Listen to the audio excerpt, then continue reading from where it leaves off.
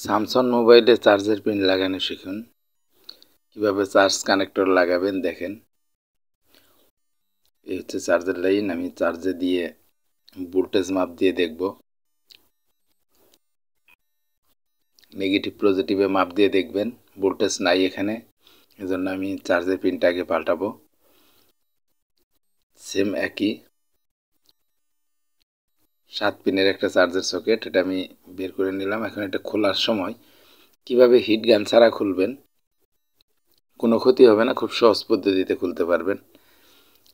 এখানে কাছাকাছি মাইক্রোফোন থাকে, অনেক সময় হিট গান দিয়ে হিট দিলে মাইক্রোফোনটা নষ্ট হয়ে যায়, যে কারণে হিট গান ছাড়া খোলাটা অনেক ভালো।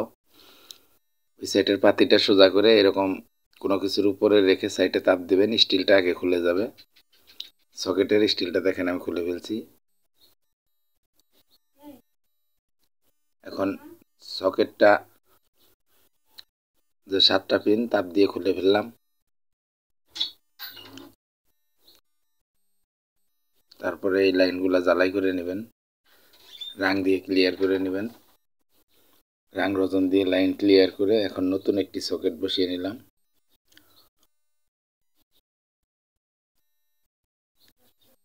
নতুন সকেটটি বসিয়ে তারপরে উপর থেকে একটু চাপ দিয়ে ধরে সিডি মতো বসিয়ে নেবেন, যাতে 4টা কোণাই সিডিতে ঢুকে যায়। এরপর তাতাল দিয়ে তাপ দিয়ে উপর থেকে চাপ দিবেন, সকেটটি জায়গা মতো বসে যাবে। দেখেন সকেটটা লাগানো হয়ে গেল।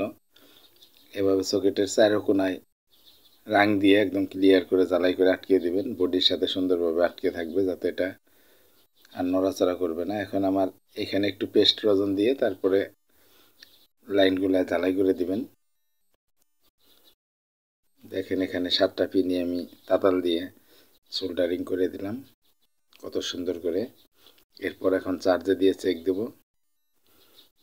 আমার কাজ কিন্তু কমপ্লিট হয়ে গেছে। এখন মোবাইলটা লাগিয়ে ফেলবো। দেখেন চার্জ হইতেছে, ঠিক হয়ে গেছে। এভাবে চার্জের লাইন কাজ করবেন।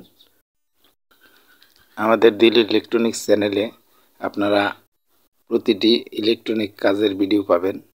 ইলেকট্রনিক্স ও হার্ডওয়্যার এবং সফটওয়্যারের সব ধরনের কাজ আমরা শিখিয়ে থাকি এবং করে থাকি। আমাদের দিল ইলেকট্রনিক্স চ্যানেলটি সাবস্ক্রাইব করে বেল বাটন ক্লিক করে রাখুন, শেয়ার করে পাশে থাকুন।